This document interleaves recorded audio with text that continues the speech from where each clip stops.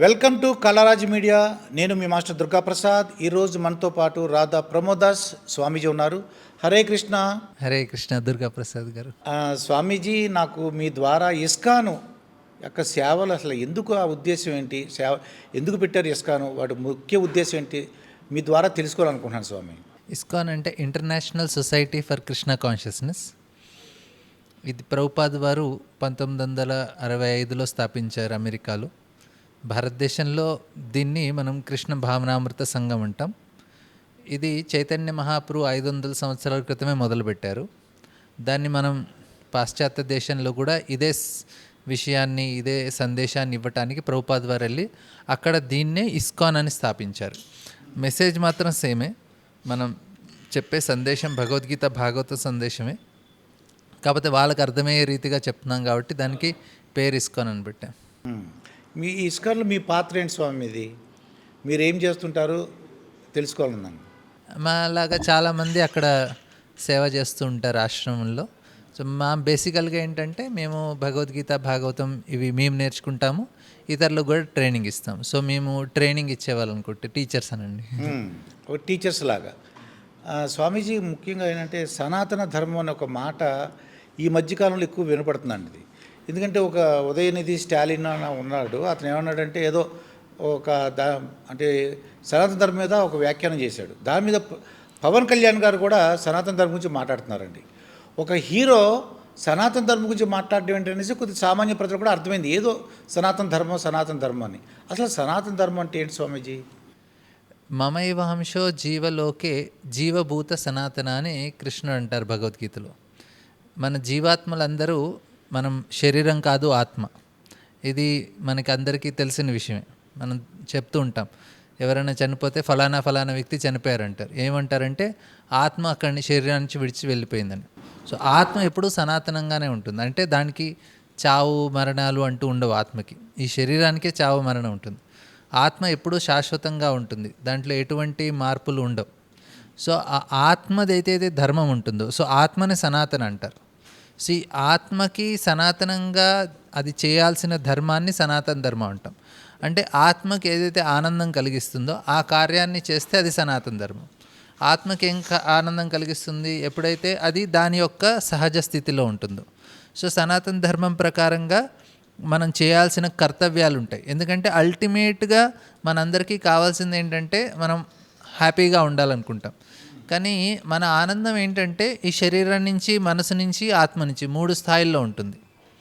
శరీరం నుంచి నేను కొంచెం మంచి సౌకర్యాలు ఉండాలి, ఎయిర్ కండిషన్ ఉండాలి, కొంచెం మంచి ఫెసిలిటీస్ ఉండాలి. మనసుకి మంచి సంబంధాలు ఉండాలి, మంచి ఎమోషన్స్, వీటి ద్వారా మనకి మనసుకి. ఆత్మకు కూడా ఒక ఆనందం కలగాలి. సో ఎప్పుడైతే ఆత్మకి ఆనందం కలిగే కార్యాలు చేస్తే దాన్ని సనాతన ధర్మం అంటాం. అయితే దీన్ని ఏంటంటే ఇప్పుడు సనాతన ధర్మంలో వర్ణాశ్రమ ధర్మం ఇస్తారు. వర్ణాశ్రమ ధర్మం అంటే ఇక్కడ వారి యొక్క గుణాల ప్రకారంగా బ్రాహ్మణ, క్షత్రియ, వైశ్య, శూద్ర అని ఉంటారు. సో ఈ గుణాల ప్రకారంగా వారికి ఒక కర్తవ్యాన్ని ఇస్తారు. నాయన ఇలా చేస్తే నీ శరీరం ప్రకారంగా నువ్వు ఆనందంగా ఉంటావు, మనసుతో ఆనందంగా ఉంటావు, ఆత్మకు కూడా ఆనందం కలుగుతుంది. సో ఎవరి జీవితం అయితే శరీరము, మనస్సు, ఆత్మ ఈ మూడిటికి ఆనందం కలిగే విధంగా ఎవరైతే జీవిస్తారో వారు సనాతన ధర్మం ప్రకారంగా జీవిస్తున్నట్టు. ఇది ఒక లైఫ్ స్టైల్. సనాతన ధర్మం అనేది లైఫ్ స్టైల్. సో ఎవరైతే దాన్ని కరెక్ట్గా పాటిస్తారో వాళ్ళు హ్యాపీగా ఉంటారు. సో మీరు ఎక్కడున్నా కానీ అందరూ పాటించాల్సింది సనాతన ధర్మమే. మీరు పేరు వేరే చెప్పచ్చు. ఇప్పుడు అమెరికాకి వెళ్ళండి, యూరోప్కి వెళ్ళండి, ఎక్కడికైనా వెళ్ళండి, అందరూ ఏం ట్రై చేస్తున్నారు? వారి శరీరాన్ని హాయిగా ఉంచుకోవాలనుకుంటారు, మనసు మంచిగా ఉండాలనుకుంటారు, ఆత్మ కూడా మంచిగా ఉండాలనుకుంటారు. కానీ వాళ్ళకి ఏం చేస్తే అది లభిస్తుందో వాళ్ళకి తెలియదు.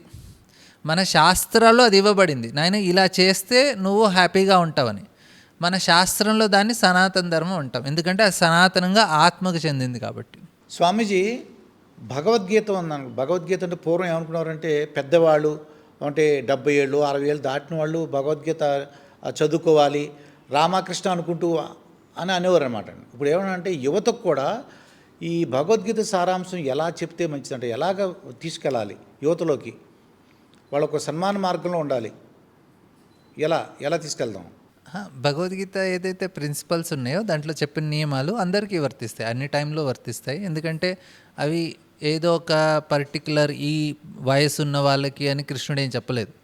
అర్జునుడేమి అక్కడ ముసలివాడు కాదు. అక్కడ కురుక్షేత్ర సంగ్రామంలో ఎవరైతే భగవద్గీత ఉపదేశిస్తున్నారో కృష్ణుడు, ఆయన ఆ టైంలో యుద్ధం చేయడానికి సిద్ధంగా ఉన్నారు. ఆ టైంలో మెయిన్ హీరో అర్జునుడు. అంటే మన జీవితంలో కూడా ప్రతిరోజు ఒక సంఘర్షణ. సో మనం కూడా రోజు ఒక యుద్ధం జరుగుతున్నట్టు మన చేతనతోటి. అదేంటంటే ఎప్పుడు దిగజారుతూ ఉంటుంది. దాన్ని క్లీన్ చేసుకోవాలి. మన శరీరాన్ని క్లీన్ చేసుకున్నట్టు మనసును కూడా ప్రతిరోజు క్లీన్ చేస్తూ ఉండాలి. సో ఆ క్లీన్ చేయటానికి మనకి జ్ఞానం కావాలి. రోజు స్నానం చేస్తాం. ఎందుకు శరీరం రోజు ఎందుకు స్నానం చేయాలి? ఎందుకంటే శరీరం మీద ఆ యొక్క మన శరీరం రోజు స్నానం చేయకపోతే దాంట్లో మలం అనేది అది అక్యుములేట్ అయిపోతుంది. అదేవిధంగా మనసులో కూడా మన సాంగత్యం ప్రభావం వల్ల దాంట్లో కూడా ఒక రకమైన కలుషితం ఏర్పడుతుంది. దాన్ని క్లీన్ చేసుకోవాలి. సో మీరు రోజు స్నానం చేసినట్టు భగవద్గీత చదువుకోవటం ద్వారా మనసు క్లీన్ అయిపోతుంది. ఎవరి మనసు అయితే చాలా స్వచ్ఛంగా ఉంటుందో ఆ వ్యక్తి చాలా ఆనందంగా ఉంటారు. మనం దుఃఖానికి కారణం ఏంటి అంటే మనస్సు శుభ్రంగా లేకపోవటం కారణంగా. ఎవరి మనసు అయితే చాలా స్వచ్ఛంగా శుభ్రంగా ఉంటుందో ఆ వ్యక్తి అన్ని సమయాల్లో ఆనందంగా ఉంటారు. అది యువతలోకి ఎలా తీసుకెళ్లాలండి? యువతకి ఎవరికైనా అది వర్తిస్తుంది. సో యువతకి ఇంకా ఎక్కువ కావాలి. ఎందుకంటే చాలా డిస్టర్బ్గా ఉంటారు. ఎందుకంటే తీసుకెళ్ళాలి అంటే మనం వారికి రిలవెంట్గా చెప్పాలి. ఇప్పుడు ఏంటంటే ఏదో భగవద్గీతలో దాంట్లో చాలా మంచి మంచి విషయాలు ఉన్నాయి. వారికి అర్థమయ్యేటట్టుగా ఆ రకంగా ప్రజెంట్ చేస్తే చాలామంది అట్రాక్ట్ అవుతారు. ఇప్పుడు మేము మా ఇస్కాన్లో అందరూ యువతనే ఉంటారు. చాలా తక్కువ మంది మీరు ముసలి వాళ్ళని చూస్తుంటారు. అక్కడ యంగ్ వాళ్ళు ఎక్కువ కనిపిస్తారు. ఎందుకంటే వాళ్ళకి రిలవెంట్గా మేము చెప్తున్నాం కాబట్టి వారు వస్తున్నారు, దాన్ని యాక్సెప్ట్ చేస్తున్నారు, వాళ్ళ జీవితంలో అమలుపరుచుకుంటున్నారు. వాళ్ళ జీవితాలు చాలా దానివల్ల బాగుపడుతున్నాయి కూడా. స్వామీజీ ఈ మధ్యకాలంలో మేనేజ్మెంట్ గురూస్ అని ఉన్నారండి. వాళ్ళు ఏమంటారంటే భగవద్గీత చదువుకుంటే మొత్తం మేనేజ్మెంట్ అంటే భగవద్గీత కానీ భారతం కానీ తెలుసుకుంటే మొత్తం మేనేజ్మెంట్ అంతా మనకు తెలిసిపోతుంది. మనం ఎలా ఉండాలి, ఎలా మేనేజ్ చేయాలి, ఒక వ్యాపారం కానీ ఉద్యోగం ఎలా చేయాలని అంటున్నారు. అది నిజమేనంటారు? అది ఇవేంటంటే ఇవి ధర్మం ఏదైతే మనకి శాస్త్రంలో చెప్పిందో అది అన్ని వేళ అందరికీ వర్తిస్తుంటుంది. అయితే అఫ్కోర్స్ దాన్ని ఎలా మీరు అప్లై చేస్తారన్న దాన్ని బట్టి డిఫరెన్స్ ఉంటుంది. అందరూ అన్ని టైంలో ఇదేంటంటే నియమాలు ఏంటంటే కరెక్ట్గా శాస్త్రంలో చెప్పినవి అవి సైకాలజీ ప్రకారంగా చెప్పారు. మన మనస్తత్వాన్ని ఎలా మార్చుకోవాలి, ఎలా ఇతరులకు సహాయపడాలి, ఏంటంటే బేసికల్గా అవి నిస్వార్థంగా ఎలా జీవిస్తే మనకి మంచి జరుగుతుందనే విషయాన్ని చెప్పారు.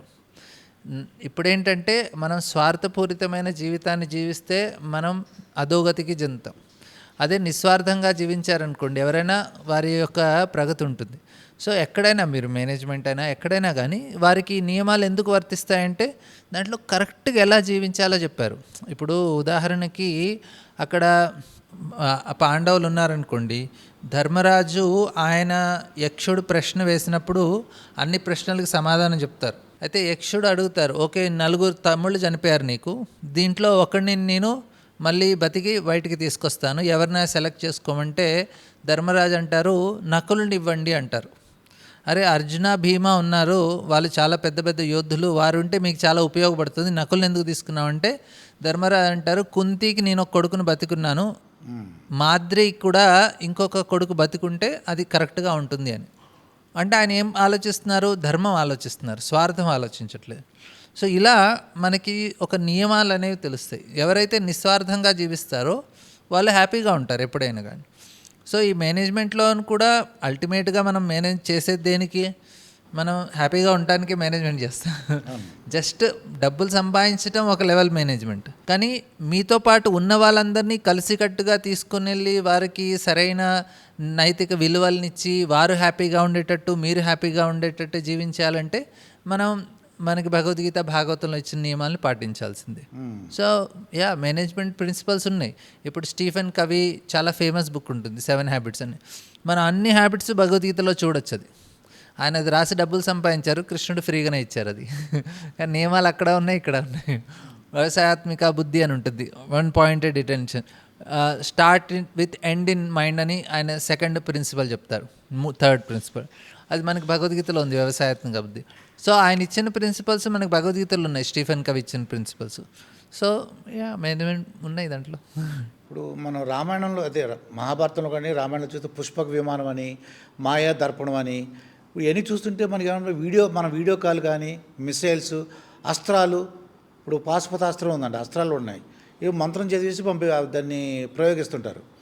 ఇవన్నీ చూస్తుంటే రామాయణ మహాభారతంలో మన వాళ్ళు ముందే ఊహించినట్టుగా ఇప్పుడున్న మిసైల్స్ కానీ చూడండి వీడియో కాల్స్ ఉన్నాయి, అవన్నీ కూడా చూస్తుంటే మనకి రామాయణ మహాభారతం మన వాళ్ళు ఎప్పుడో దాన్ని అమలుపరిచేశారు అని అనిపిస్తుందండి మనకి. దీన్ని ఏమంటారు? హా, ఇదేంటంటే మనకి ఏదైతే సైన్స్ ఉంటుందో అది చాలా 3 స్థాయిల్లో ఉంటుంది. ఒకటి స్థూలంగా ఉంటుంది, సూక్ష్మంగా ఉంటుంది. ఇప్పుడు ఏదైతే మనం ఈ టెక్నాలజీ అదంతా ఉందో అది మాయిదావన టెక్నాలజీ అంటారు. ఇది ఆసురి టెక్నాలజీ. ఈ యొక్క విద్యలన్నీ మనకి కింది లోకాల నుంచి వస్తాయి. ఈ మొబైల్ టెక్నాలజీ అయినా మనకి శాటిలైట్ టెక్నాలజీ అయినా ఇవన్నీ ఏదైతే మనకి ఏఐ అయినా ఆర్టిఫిషియల్ ఇంటెలిజెన్స్ అని ఇవన్నీ మనకు వచ్చేవి కింది లోకాల నుంచి. అయితే ముందు కాలంలో ఏంటంటే స్వర్గలోకల నుంచి టెక్నాలజీ వచ్చేది మనకి. అది చాలా సూక్ష్మంగా ఉండేవి. పుష్పక విమానాలైనా కానీ ఇప్పుడు సంజయుడు ఆయన హస్తినాపురంలో కూర్చొని కురుక్షేత్రంలో జరిగే యుద్ధం గురించి చూస్తూ ధృతరాష్ట్రుడికి చెప్తున్నారు అక్కడ. అవునండి, అది సో ఆయన వాల్మీకి మొత్తం రామాయణాన్ని ఆయన ఆశ్రమంలో కూర్చొని అక్కడ లైవ్ చూస్తున్నారు. లైవ్ చూసుకుంటే ఇక్కడ రామాయణం రాశారు ఆయన. సో అలా ఆ టెక్నాలజీ ఉండేది. ఇంకా కొంచెం ఆసురి టెక్నాలజీ మనకి పరకాయ ప్రవేశం అని మీరు ఈ సినిమాలు చూస్తుంటారు. ఏదంటే మనకి మాయల పకీరు చిలుకు ఉంటుందండి, చిలుకు చనిపోయి ఉంటుంది, దాంట్లో ప్రాణం వస్తుంది. సో అట్లాంటి టెక్నాలజీ కూడా ఉండే వాళ్ళకి. సో ఫ్యూచర్లో మనం కూడా అట్లాంటి టెక్నాలజీ తెచ్చుకోవచ్చు. కాకపోతే అవన్నీ ఏంటంటే కొన్ని చాలా స్థూలంగా ఉంటాయి, కొన్ని సూక్ష్మంగా ఉంటాయి. సో మనకి ఇప్పుడు ఉన్న టెక్నాలజీ చాలా స్థూలంగా ఉండేదన్నమాట, అది గ్రాస్గా ఉంటుంది. దాని ద్వారా మనం ఇవన్నీ ఆపరేట్ చేస్తున్నాం. ముందు కాలంలో ఏంటంటే మంత్రంతో ఆపరేట్ చేస్తాం. ఇప్పుడు మనకున్న మిజైల్స్ అన్నీ అగ్ని, పృథ్వీ ఇవన్నీ మిజైల్స్ మనం క్రియేట్ చేస్తున్నాం. ఆ టైంలో ఏంటంటే మంత్రం ద్వారా కూడా అవి సృష్టించవచ్చు. సో వాళ్ళకి ఆ టెక్నాలజీ ఉంది. ఇప్పుడు ఆ టెక్నాలజీ లేదు మనకి. ఎందుకంటే అది ఆ టెక్నాలజీ కావాలి అంటే చాలా తపస్సులు, ధ్యానము, చాలా సరిగ్గా నియమాల ప్రకారంగా ఒక జీవితాన్ని జీవిస్తే అటువంటి వారికి ఆ టెక్నాలజీ యాక్సెస్ దొరుకుతుంది. ఇప్పుడు మనకి నేను ఈ టెక్నాలజీ ఇక్కడ కావాలంటే ప్రాపర్గా వెళ్ళి ఇన్స్టిట్యూట్లో చదువుకోవటం ఇవన్నీ చేయాలి. సో ఆ టెక్నాలజీ కావాలంటే మీరు కొంచెం తపస్సులు, ధ్యానాలు, యోగాలు అవన్నీ చేస్తే ఆ టెక్నాలజీ వస్తుంది. సో 2 టెక్నాలజీ, ఇది కొంచెం గ్రాస్గా ఉంటుంది, అది సూక్ష్మంగా ఉంటుంది. స్వామి, ఈ మధ్యకాలంలో ఆర్టిఫిషియల్ ఇంటెలిజెన్స్ గురించి మనం వింటున్నామండి. ఆర్టిఫిషియల్ ఇంటెలిజెన్స్ అమ్మవారి ఐకారం అంటున్నారండి.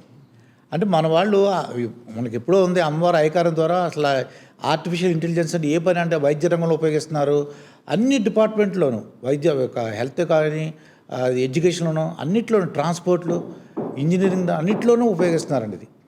ఇది ఏ విధంగా మనం ఎలా వచ్చిందంటారు? ఆర్టిఫిషియల్ ఇంటెలిజెన్స్ మనకి ఇదివరకే రామాయణ మహాభారతంలో ఉందంటారు. అది అప్పుడేంటంటే వాళ్ళకి ఇది అవసరం ఉండేది కాదు. ఇప్పుడు మనకు అవసరం ఇవన్నీ. అహంకారం అంటారు. ఇది ముందు కాలంలో ఎలా ఉండేవంటే వారికి ఆల్రెడీ అటువంటి తెలివితేటలు ఉన్నాయి. వారికి వేరే చోట వారి యొక్క తెలివితేటల్ని పెట్టి దాన్ని ఉపయోగించుకొని, బేసికల్గా ఆర్టిఫిషియల్ ఇంటెలిజెన్స్ అంటే అది మెమరీయే. అంటే వారి యొక్క జ్ఞాపక శక్తి. మనం అందరి తెలివితేటలన్నీ తీసుకెళ్ళి ఒక చోట పెట్టి దాన్ని ఉపయోగిస్తున్నాం మళ్ళీ. సో ఇప్పుడు ఒక మిషన్ ఉందనుకోండి, ఒక బైక్ ఉందనుకోండి, ఒక 30 మంది పెద్ద పెద్ద సైంటిస్టులు, వాడికి ఒక 40 సంవత్సరాలు ఆ బైక్ మీద ఎక్స్పీరియన్స్ ఉన్న వాళ్ళందరినీ తీసుకొచ్చి, నాయన దీని గురించి మొత్తం రాసేసేయండి అంటారు. అది తీసుకెళ్ళి స్టోర్ చేస్తాం ఇంటెలిజెన్స్లో. తర్వాత ఆ బైక్ దగ్గరికి వెళ్తే ఆ బైక్ని అది రిపేర్ చేసేస్తుంది. ఇన్ని ఛాన్సెస్ ఉన్నాయి దీనికి ఈ రకంగా. అంటే బేసికల్గా మనకున్న తెలివితేటల్ని ఒక చోట పెట్టి దాన్ని ఉపయోగిస్తున్నాం మనం. సో ఇది ఇంటెలిజెన్సే, కాకపోతే అది ఆర్టిఫిషియల్ ఎందుకంటే దానికి అదే ఆలోచిస్తుంది అని. కానీ ఆర్టిఫిషియల్ ఇంటెలిజెన్స్లో ఒక లిమిటేషన్ ఉంటుంది. ఏంటి అంటే దానికి అదే ఒక నిర్ణయానికి రాలేదు దానికంటూ. ఎందుకంటే కోరిక ఉండదు దానికి. మీరేం ప్రోగ్రామ్ ఇస్తే అలాగే చేస్తుంది. దానికి అది ఇప్పుడు మన పిల్లవాళ్ళు ఉన్నారనుకోండి ఇంట్లో, వాడు ఎప్పుడు ఏం ఆడతాడు అన్నది వాడికే తెలీదు. ఇప్పుడు ఫుట్బాల్ ఆడుతా అంటారు, తర్వాత క్రికెట్ ఆడుతా అంటారు, తర్వాత ఇంకేదన్నా అంటారు. ఎందుకంటే దాంట్లో ఒక ఆత్మ ఉంటుంది కాబట్టి, ఆత్మలో కోరిక ఉంటుంది కాబట్టి అది మారుతూ ఉంటుంది. ఆర్టిఫిషియల్ ఇంటెలిజెన్స్లో కోరిక ఉండదు, మనం ఏం చెప్తే అదే చేస్తుంది. సో అది ఆర్టిఫిషియల్గా ఆలోచిస్తుంది, కాకపోతే కోరికలు ఉండవు దానికి. సో దాంట్లో ఒక లిమిటేషన్ ఉంటుంది, అదొక మిషన్ లాగే అంతే. స్వామి ఇందాక ఇప్పుడు ఆత్మ అన్నారు కదండి, నాకు చిన్న డౌట్ ఏంటంటే ఆత్మ శరీరం చేసిన తప్పులకి ఆత్మకు అంటుకుంటాయంటారా? అది అది అంటే శరీరం తప్పులు చేసింది అనుకోండి, ఆత్మ కూడా ఆపాదించవచ్చు అంటారు. అది ఆత్మకేం కాదు, ఆత్మ చేసినట్టు అవుతుందంటారా? ఆత్మకేం కాదు. ఆత్మ ఎప్పుడు సచ్చిదానందం. మనం ఏంటంటే దాంతో ఐడెంటిఫై చేసుకోవటంలో బాధపడతాం. ఉదాహరణ ఏంటంటే, ఎవరైనా టీవీ చూస్తున్నారనుకోండి, దాంట్లో సినిమా నడుస్తుంది. అయితే సినిమాలో హీరోకి ఏదైనా దెబ్బ తగిలితే వీడు బాధపడుతున్నారు, సినిమాలో హీరోకి లాటరీ తగిలితే వీడు ఆనందిస్తున్నారు, హీరోకి ఏదైనా అయినా బాధపడుతున్నారు, హీరోయిన్కి ఏదైనా అయినా వాళ్ళు ఆనందిస్తున్నారు. సో వాళ్ళకి ఆ హీరోకి ఏం సంబంధం లేదు. కానీ ఆ టీవీని చూడటం వల్ల అక్కడ జరిగేవి నాకు జరుగుతున్నాయని అనుభవిస్తున్నాం. సో అదేవిధంగా ఈ శరీరంతో జరిగేవన్నీ ఆత్మకి ఏం సంబంధం ఉండదు. కానీ ఈ శరీరం నేను చేస్తున్నాను, నాకైతున్నాయని దాంతో మనం చాలా గట్టిగా ఒక బంధాన్ని పెంచుకోవటం వల్ల మనం బాధపడతాం. ఎప్పుడైతే ఆ ఆత్మకి శరీరానికి బంధం విడిపోతుందో దాన్ని మోక్షం అంటాం. సో ఎంతకాలం అయితే నేను ఈ శరీరం అనుకుంటామో అంతకాలం ఈ బాధలో ఉంటాం. సో ఎప్పుడైతే ఆ బంధాన్ని మనం కట్ చేయగలుగుతామో మన సాధన ద్వారా, ధ్యానం ద్వారా, దాన్ని మోక్షం అంటారు. ఇప్పుడు మోక్షం అంటే మన దేశంలో అంటే మన భారతదేశంలో ఉన్న వాళ్ళందరూ కూడా దేవుడి మీద నమ్మకం ఉంది, మనకి మోక్షం గురించి తెలుసండి. అసలు మన దేవుడి గురించి తెలియని కొన్ని దేశాలు ఉన్నాయండి, మరి వాళ్ళకి మోక్షం ఎలా వస్తుంటారు? వాళ్ళు కూడా నమ్ముతారు కదా, వాళ్ళకి ప్రకారం కూడా వారు కూడా మన దేవుడు అంటే ఈ దేవతలు కానీ మనకి విష్ణువు, కృష్ణుడు, రాముడు, వీళ్ళ గురించి ఆంజనేయ స్వామి కొన్ని దేశాలు ఉన్నాయండి, అవి వాళ్ళకి తెలియవు అసలు వాళ్ళకి. మరి వాళ్ళకి మోక్షం ఎలాగని? వాళ్ళకి తెలియని అవసరం లేదు. రాముడు, కృష్ణుడు వారు భగవంతుడు తెలిస్తే కూడా, మీరు క్రిస్టియన్ ధర్మమైనా, ఇస్లాం ధర్మమైనా, జూ ధర్మమైనా, అక్కడ కూడా వాళ్ళు భగవంతుడున్నారని నమ్ముతారు. సో వాళ్ళ శాస్త్రం ప్రకారంగా, వాళ్ళ పుస్తకాల ప్రకారంగా వాళ్ళు చదువుకొని ఏదైనా వాళ్ళకి చెప్పిన సాధన వాళ్ళు చేస్తే వారికి కూడా మోక్షం లభిస్తుంది. మనకే లభించాలేదు. ఎవరికైనా, ఎవరు మనసును నియంత్రించుకొని నేను శరీరం కాదు ఆత్మ అని ఎవరికి సాక్షాత్కారం కలిగినా వాళ్ళందరికీ మోక్షం లభిస్తుంది. స్వామీజీ ఏంటంటే ఏదన్నా దేవుడి దర్శనానికి వెళ్తుంటారండి, లేదంటే ఎక్కడో దేవుడి దర్శనం చేసుకుని మళ్ళీ రిటర్న్ వస్తున్నప్పుడు యాక్సిడెంట్ అవుతుంది, చనిపోతారు. ఇప్పుడు తిరుమల తిరుపతిలో మెట్లు ఎక్కుతున్నప్పుడు చిరుతుపులు వచ్చి ఒక పాపను ఎత్తుకుపోయింది అంటున్నారు. అంటే అంటే దేవుడిని నమ్మని వాళ్ళు కొంతమంది ఉన్నారండి. వాళ్ళు ఏమంటారంటే, దేవుడు అనేవాడు ఉంటే మరి రక్షించాలి కదా, దర్శనం చేసుకుని వస్తుంటే కుంభమేళాకి వెళ్ళి తొక్కిసలాట్లో చనిపోయారు, మరి దేవుడు ఏం చేస్తున్నాడు అని వాళ్ళ ప్రశ్న అనమాట. దేవుడు ఏంటంటే మన కర్మ ప్రకారంగా మనకి కావాల్సిన ఎప్పుడు రావాల్సినవి అవి ఇస్తూ ఉంటారు. ఇంకొకటి ఏంటంటే, ఎవరైతే భగవంతుడిని నమ్ముకుంటారో వారిని భగవంతుడు కాపాడతారు. కానీ ఆయనకి ఏది కరెక్ట్గా అనిపిస్తే ఆ రకంగా కాపాడతారు, మనకు అనుకున్నట్టుగా కాదు. ఇప్పుడు చిన్న పిల్లవాడు ఉన్నాడు, వాడు ఏమనుకుంటారంటే, నేనంటే మా అమ్మకి చాలా ఇష్టం అనుకుంటాడు. వాళ్ళ అమ్మ నీ ఐస్ క్రీమ్ ఇమ్మంటారు, వాళ్ళ అమ్మ ఐస్ క్రీమ్ ఇవ్వదు, లేదురా నువ్వు పెరుగన్నం తినాలంటుంది. పిల్లవాడికి ఏమనిపిస్తుంది, అరే నాకు ఐస్ క్రీమ్ ఇవ్వట్లేదు మా అమ్మ, నేనంటే ఇష్టం లేదేమో అనుకుంటున్నాడు. కానీ వాళ్ళ అమ్మకి వాడంటే ఇష్టం కాబట్టి పెరుగన్నం పెడుతుంది, నైనా ఐస్ క్రీమ్ తింటే నీవు అనవసరంగా ఆరోగ్యం చెడిపోతుందని. అంటే మనం ఏమనుకుంటామంటే, నా ప్రకారంగా జరిగితే భగవంతుడు నా మీద దయ చూపించినట్టు అనుకుంటాం. నైనా భగవంతుడికి తెలుసు ఎవరికి ఎప్పుడు ఏది ఎలా ఇవ్వాలో. ఇప్పుడు ఈ పాప ఈ టైం ఇంతవరకే ఆమె కాలం ఉంది, ఈ కుటుంబంలో ఈమె పుట్టింది ఇప్పుడు. కానీ ఇక్కడ చనిపోయాక ఆమె అంబానీ ఇంట్లోనో అదానీ ఇంట్లోనో పుడుతుందేమో. సో మంచి జరిగినట్ట చెడు జరిగినట్ట చెప్పండి? మీరు చెప్పినట్టయితే మంచి జరిగినట్టే. సో మనకి కనిపించేది ఏంటంటే, ఇప్పుడు కనిపిస్తుంది. కానీ ఆ జీవుడికి ఏం చేయాలి, ఎప్పుడు చేయాలి, కుంభమేళలో చనిపోయారు వాళ్ళందరూ, స్వర్గలోకానికి వెళ్ళారు. వాళ్ళు ఇక్కడుండి జిఎస్టీలు నింపుకునే కన్నా ఇన్కమ్ ట్యాక్స్లు స్వర్గానికి వెళ్ళటం మంచిదే కదా. సో మనం ఏం చూస్తామంటే ఇప్పుడు ఏమేమి జరిగిందో చూస్తాం, కానీ భగవంతుడు ఏంటంటే వాళ్ళకి శాశ్వతంగా ఏది బెనిఫిటో అది చూస్తారు, దాని ప్రకారంగా ఆయన జరిగేటట్టు చూస్తారు. అంటే నాకు అది కర్మ సిద్ధాంతం ప్రకారం దేవుడు ఎవరికి ఏది ఇవ్వాలో అప్పుడు ఇస్తుంటాడు అన్నమాట. ఇంకా ఇప్పుడు మనం మంచి చేస్తూ ఏదైనా చనిపోయామనుకోండి, ఆ టైంలో ఇంకా మంచి బెనిఫిటే వస్తుంది మనకి. ఓకే. ఓకే. ఇంకా తిరుమల మంచి నుంచి వస్తుంది. జరుగుతుందేమో. ఇంకా మంచి జరుగుతుంది. తిరుపతిలో వెళ్ళి వీళ్ళు ఎలా తిరుపతికి వెళ్ళకుండా హైదరాబాద్ రోడ్ యాక్సిడెంట్లో చనిపోతే వారికి దయ్యమో భూతమో అవుతారు. అదే తిరుపతిలో అయ్యిందనుకోండి, ఆ యొక్క గండం తప్పినట్టే కదా, ఆయనకి స్వర్గలోకాలకు వెళ్తారు కదా. స్వామీజీ, దేవుడు అందరిలో ఉన్నారంటారు. పులిలో ఉన్నారు, మనిషిలో ఉన్నారు, చీమలో ఉన్నారు, దోమలో ఉన్నారు అని అంటారండి. దేవుడు అన్ని ప్రాణుల్లో ఉన్నారు, అన్ని చోట్ల ఉన్నారని. మరి పులిని చూసి ఇప్పుడు మనిషి భయపడుతుంటాడండి, అమ్మో పులి అని. అక్కడ ఏంటో స్వామి, అది పులిలో కూడా దేవుడు ఉన్నాడు, మరి మనిషిలో కూడా దేవుడు ఉన్నాడు కదా, ఒకడు పులిని చూసి భయపడటం ఏంటి అనేసి చిన్న డౌట్ అండి. దేవుడు అందరిలో పరమాత్మ రూపంలో ఉంటారు, కానీ మనం మన స్వభావం ప్రకారంగా ప్రవర్తిస్తాం. ఇప్పుడు నాలో దేవుడు ఉన్నాడు, కానీ నేను ఆ దైవ గుణాలన్నీ నాలో లేవు. నాలో అసురీ గుణాలు ఉన్నాయి, మనిషి గుణాలు ఉన్నాయి. నా గుణం ప్రకారంగా నేను ప్రవర్తిస్తాను.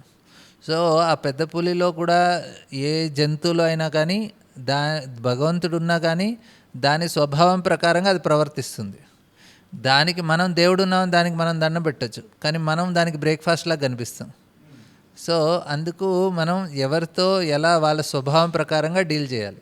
భగవంతుడిని అందరికీ రెస్పెక్ట్ ఇవ్వాలి, కానీ వాళ్ళతో ఎలా డిస్టెన్స్ పెట్టుకోవాలో కూడా తెలిసి ఉండాలి మనకి. అదే ఆ పులి దాని స్వభావం ప్రకారం తినాలనుకుంటుంది, మన స్వభావం ప్రకారం మనం పరిగెట్టాలనుకుంటాం, పరిగెట్టేస్తాం. మనం డిస్టెన్స్ మెయింటైన్ చేయాలి. అమ్మో పులిని భయపట్టే దూరంగా వస్తాం. ఇప్పుడు భారతం జరిగింది స్వామి, చాలామంది అంటే కౌరవులు పాండవులు యుద్ధం జరిగింది. ఆ సంతతి అంతా ఏమయ్యారంటారు, ఎక్కడున్నారంటారు వాళ్ళందరూ? 18 రోజుల్లోనే ఆ సమయంలో ఉన్న క్షత్రియాలందరూ చనిపోతారు. యాక్చువల్లీ చాలా తక్కువ మంది బతికారు. దాని తర్వాత ఇప్పుడు ఏదైతే జనాలు ఉన్నారో భరతవంశం నుంచే ఇప్పుడు మనకి చంద్రగుప్త మౌర్య దాకా అదంతా సూర్యవంశం నుంచి ఎవరైతే పాలించారో వాళ్ళందరి పేర్లు మనకి భాగవతంలో ఉన్నాయి. సో ఆ టైంలో చనిపోయిన వాళ్ళు మొత్తం 18 అక్షౌణీలు, 18 డివిజన్స్లో 17 డివిజన్స్ చనిపోతారు, ఒకటే డివిజన్ బతుకుంటారు. సో వాళ్ళు జస్ట్ ఆ టైంలో ఉన్న జనాలు చాలా అఫ్కోర్స్ సామాన్య జనాలకి ఏం కాలేదు, క్షత్రియులే చనిపోయారు అక్కడ. సో తర్వాత మిగతా వాళ్ళందరూ కంటిన్యూ నార్మల్గా జీవిస్తున్నారు. స్వామి, ఇప్పుడు కృష్ణుడి యొక్క అవతారం ఎలా చాలించాడు అనేది రకరకాల కథలు ఉన్నాయి స్వామి. అంటే మీకు తెలిసినంత వరకు, అంటే మీ ద్వారా చెప్పాలని నా కోరిక అనమాట.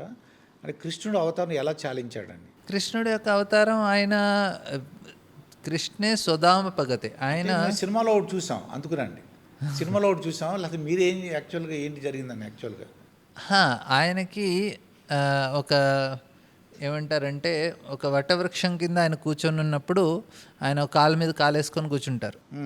అయితే ఆయన బొటం నీళ్ళు దూరం నుంచి ఒక వేటగాడికి అది ఒక జింక శరీరంలా కనిపిస్తుంది, ఆయన బాణం వేస్తారు, దాన్ని తగిలి కృష్ణుడు తన శరీరాన్ని చాలిస్తారని లీల ఉంటుంది. అది ఇప్పుడు ఎవరైనా బొట్టం నీళ్ళు కొడితే చనిపోతారా చెప్పండి?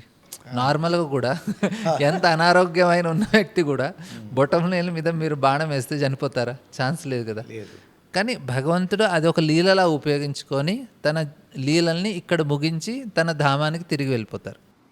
సో అది జస్ట్ ఆయన ఉన్నపళంగా ఆ శరీరంతో వెళ్ళిపోతారు. అది భగవంతుడు ఒక లీల అంతే. ఆయన జన్మ కర్మ చెమే దివ్యం అంటారు. మన కర్మలు మన జన్మ అనేవి ఇవి భౌతిక ప్రకృతి నియమాల ప్రకారంగా జరుగుతుంది. భగవంతుడు అట్లా కాదు, భగవంతుడు అవన్నీ దివ్యమైనవి. ఆయన ఎక్కడ ఎలా మనకి ఆయన లీల ద్వారా మనని ఆకర్షించుకొని మనల్ని తన భక్తులుగా చేసుకోవాలనే కోరికతో ఆయన వస్తారు. సో ఇది జస్ట్ లీల, అలా అక్కడ తగిలి చనిపోయానని చూపించడానికి. భగవంతుడు ఆయన ఎప్పుడూ చనిపోరు, ఎందుకంటే ఆయన శాశ్వతంగా ఉంటారు. నత్వేవాహం జాతునాశం నత్వం నేమే జనాధిప నచైవ న భవిష్యామ సర్వే వయమ తప్ప. అన్ని సమయాల్లో నేను ఉన్నాను అంటున్నారు భగవంతుడు. ఆయనకి మృత్యు అంటూ ఉండదు. ఆయనకి అందరికీ మృత్యు ఇచ్చేది ఆయన. కాలోస్మి లోకక్షయకృతో అంటున్నారు ఆయన. నేను కాలాన్ని, నేను అందరికీ మృత్యు ఇస్తారు, ఆయనకి మృత్యు ఇచ్చేది వాళ్ళు ఎవరు ఉంటారు చెప్పండి? నాకు తెలిసిన దేవుడు లేడు అని అంటుంటారు కొంతమంది. దేవుడు లేడు, దేవుడు ఉంటే చూపించమని అంటుంటారు. అటువంటి వాళ్ళకి మనం ఎలాగా వాళ్ళకి ఏమైనా ఎక్స్ప్లెయిన్ చేయగలమా, లేదా ఏం చేస్తే బాగుంటుంటారు? వాళ్ళకి అవసరం లేదు, లేకపోతే వాళ్ళకి నిరూపించడానికి మనం ఏం పెద్ద కష్టపడిన అవసరం లేదు. ఎందుకంటే ఇప్పుడు నేను గాంధీ గారు లేరు అంటాను, ఉంటే చూపించండి నిరూపించండి అంటాను. మీరేమో కొన్ని ఫోటోలు కొన్ని వీడియోలు పెడతారు నాకు. నేను అంటే అది మీరు ఏ ద్వారా జనరేట్ చేసి ఉండొచ్చు అని చెప్తాను. ఏ నుంచి ఫోటోలు చేయొచ్చు, వీడియోలు చేయొచ్చు, ఎవరో కల్పితం చేస్తున్నారు. మనం చూడలేదు కదా గాంధీని, కానీ మీరు నమ్ముతున్నారు కదా. మ్మ్. ఇప్పుడు నేను కృష్ణుడిని అంటే నేను కూడా ఫోటోలు తీసుకొస్తున్నా, కృష్ణుడు ఇలా ఉంటాడండి ఇలా ఉంటాడు, నేను ఫోటోలు చూపిస్తున్నా. మీరంటే నేను నమ్మను అంటారు. మ్మ్. సో నేను గాంధీని నమ్మను, మీరు కృష్ణుని నమ్మరు. మీరు చెప్పిన ఫోటోలు నేను నమ్మట్లేదు, నేను చూపించిన ఫోటోలు మీరు నమ్మట్లేదు. మ్మ్. ఎందుకంటే కృష్ణుడు 5,000 సంవత్సరాల క్రితము కృష్ణుడిని చూసిన వాళ్ళు ఆయన రూపం ఈ విధంగా ఉందన్నారు. 2,000 సంవత్సరాల క్రితం భక్తులు, 1000 సంవత్సరాల క్రితం, 500 సంవత్సరాల క్రితం ప్రతి ఒక్కళ్ళు కృష్ణుడి యొక్క రూపం ఆ రకంగానే డ్రా చేస్తున్నారు. అందరికీ ఆ రకంగానే కనిపిస్తున్నారు భగవంతుడు. మ్మ్. వేరు వేరు ప్రదేశాల్లో, దక్షిణ భారతదేశంలో అయినా ఉత్తర భారతదేశంలో అయినా ఎక్కడైనా కానీ వేరు సమయాల్లో వేరు ప్రదేశాల్లో అందరికీ అదే రూపంలో కనిపిస్తున్నారు భగవంతుడు. ఇప్పుడు కృష్ణుడు ఇక్కడేమో ఒక రకంగా ఉన్నారు, నార్త్లో ఒక రకంగా ఉన్నారు, 1000 సంవత్సరాల క్రితం ఒక రకంగా, 5,000 సంవత్సరాలు అలా లేరు కదా. అందరికీ ఒకే రూపం కనిపిస్తుంది, అందరూ అదే ఫోటో చూపిస్తున్నారు. కానీ నేను మాత్రం నమ్మను అంటున్నా. ఎందుకంటే గాంధీని కూడా నమ్మను నేను. మీరు చూపించండి గాంధీని, మీరు ప్రూవ్ చేయలేరు అది. ఎందుకంటే ఆ ఫోటోలు ఎవరైనా క్రియేట్ చేయొచ్చు. ఫోటోలు ఇది ఎలా క్రియేట్ చేశారంటారో అది కూడా క్రియేట్ చేయొచ్చు. ఇప్పుడు దానికన్నా ముందు అలెగ్జాండర్ ఉన్నారంటారు కదా. అవును. అలెగ్జాండర్ ఫోటో ఉందా? ఆ టైంలో కెమెరాలు లేవు కదా, ఎలా నమ్ముతున్నారు మరి? అంటే చరిత్ర ఉంది కదా, చరిత్ర రాసింది ఎవరైనా రాయొచ్చు కదా, నేను ఎందుకు నమ్మాలి దాన్ని? మ్మ్. చరిత్ర ఆయన రాసింది కరెక్ట్ అని ఏంటి గ్యారంటీ? ఆ వ్యక్తి కూడా అలాగే అంటున్నాడు, దేవుడు లేడని అంటున్నాడు. ఆయన మనం నేను అలెగ్జాండర్ లేరంటాను. మ్మ్. మీరు ఎలా నిరూపిస్తారు దాన్ని? ఆయన రాసిందని నేనెందుకు నమ్మాలి? మీరు మహాభారతాన్ని మీరు నమ్మట్లేదు, వ్యాస మహర్షిని మీరు నమ్మట్లేదు, నేను ఆ చరిత్ర రాసిన వ్యక్తిని నేను నమ్మను అంటున్నారు. అంటే మీరు అలెగ్జాండర్ ఉన్నారు అని మీరు భావిస్తే మీది గుడ్డి నమ్మకం కాదా? ఇప్పుడు నేను వ్యాస మహర్షి రాసింది నేను నమ్మితే నేను గుడ్డి నమ్మకం అంటున్నారు. మీరు ఆ చరిత్రకారు రాసింది అది గుడ్డి నమ్మకం కాదా? దానికన్నా ముందు ఇంకెవరో ఉన్నారంటారు, అదంతా గుడ్డి నమ్మకం కాదా? మీరెందుకు నమ్ముతున్నారు అది? మ్మ్. నేను వ్యాస మహర్షి రాసింది నేను నమ్మకూడదు, కానీ మీరు రాసింది నేను నమ్మాలా? అది మీరు ఇదంతా గుడ్డి నమ్మకం, అది అంతా గుడ్డి నమ్మకమే కదా.